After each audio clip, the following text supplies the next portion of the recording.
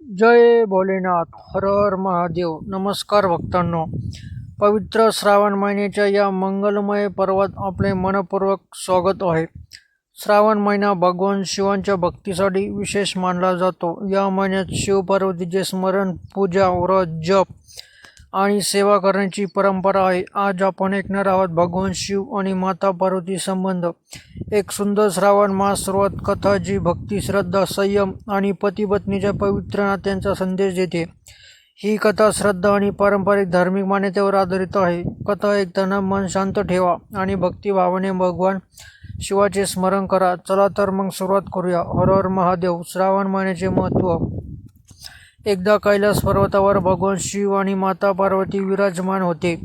चारही बाजूंना शांत वातावरण होते. हिमालयाच्या शिखरावर मंद वारा वाहत होता आणि वातावरणात दिव्य प्रसन्नता पसरली होती. माता पार्वती भगवान शिवाकडे पाहून म्हणाल्या, हे महादेव, पृथ्वीवरील अनेक भक्त श्रावण महिन्यात तुमची पूजा आणि व्रत करतात. या महिन्याचे असे कोणते विशेष महत्त्व आहे की भक्त इतक्या श्रद्धेने तुमची आराधना करतात? भगवान शिव मंद स्मित करत म्हणाले, हे पार्वती, श्रावण हा भक्ती, संयम आणि आत्मशुद्धीचा महिना मानला जातो. या काळात जो भक्त श्रद्धेने माने स्मरण करतो, चांगले आचरण ठेवतो, गरजूंची सेवा करतो आणि आपल्या मनातील अहंकार कमी करण्याचा प्रयत्न करतो, त्याला मन शांती आणि सकारात्मकतेचा अनुभव मिळतो. माता पार्वती म्हणाल्या, मग प्रभू, अशी एखादी कथा सांगा ज्यातून सामान्य भक्ताला व्रताचे महत्त्व आणि खरी भक्ती समजेल. भगवान शिवांनी एक सुंदर कथा सांगण्यास सुरुवात केली. एका गरीब भक्ताची कथा. एक गावात एक गरीब पण अत्यंत दयाळू शिवभक्त राहत होता. त्याचे नाव होते सोमदास.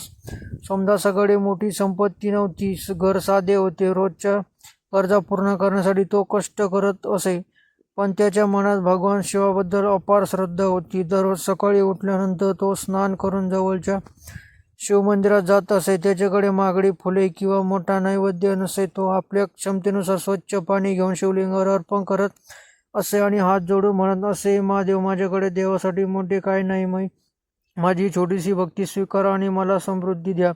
अशी त्याची साधी पण मनापासून केलेली पूजा सुरू होती. श्रावण महिन्याची सुरुवात. एक दिवस श्रावण महिन्याची सुरुवात झाली. गावातील भक्त सर्व शिवमंदिरात जाऊ पूजा करू लागले. कोणी बेलपत्र आणत होते, कोणी फुले, तर कोणी अभिषेकासाठी पाणी घेऊन येत होते. सोमदासाकडे मात्र काहीच नव्हते. त्याने मनात विचार केला, मी गरीब आहे म्हणून माझी भक्ती कमी आहे का? माझ्याकडे वस्तू कमी असतील पण माझी श्रद्धा कमी नाही. तो मंदिरात गेला. त्याने शिवलिंगासमोर शांतपणे हात जोडले आणि मनापासून ओम नमः शिवाय असा जप करू लागला. त्याच्या डोळ्यात भक्तीचे अश्रू होते. तेवढ्या मंदिराच्या बाहेर एक वृद्ध साधू आले. सोमदासाने त्याला पाहिले आणि नम्रपणे विचारले, बाबा, आपण थकलेले दिसत आहात, कृपया माझ्या घरी चला. माझ्याकडे साधे अन्न आहे, पण ते आपल्यासोबत वाटू खाईल. वृद्ध साधू सोमदासाच्या घरी गेले. सोमदासाने स्वतःसाठी ठेवलेले थोडेसे अन्न त्या साधूला दिले. साधूने त्याच्याकडे पाहिले आणि म्हणाले, बाळा, देवाला मोठ्या वस्तूपेक्षा मनातली भावना प्रिय असतात. श्रद्धा, सेवा आणि चांगले कर्म हीच खरी पूजा आहे. सोमदासाने नम्रपणे त्याचे आशीर्वाद घेतले. माता पार्वतीची परीक्षा.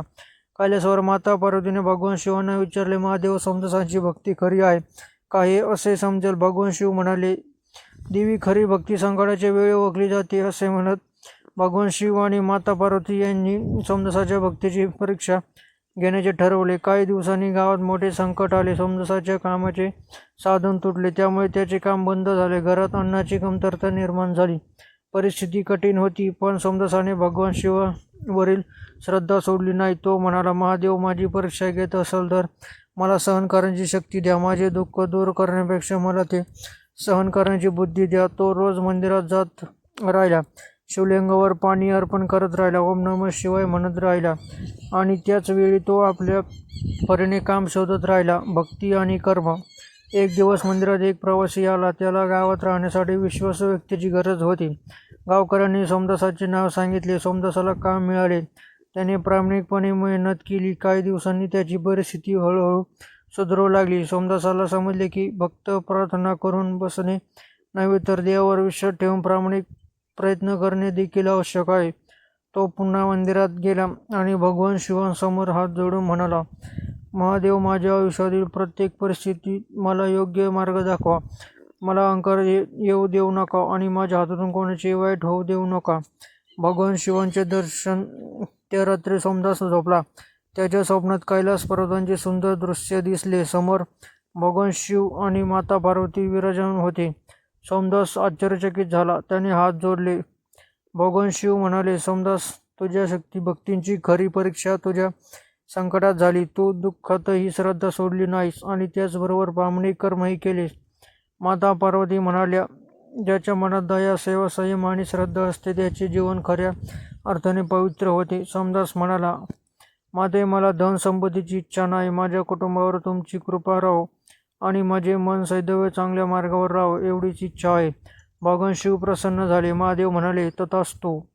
आणि ते दृश्य हळूहळू अदृश्य झाले.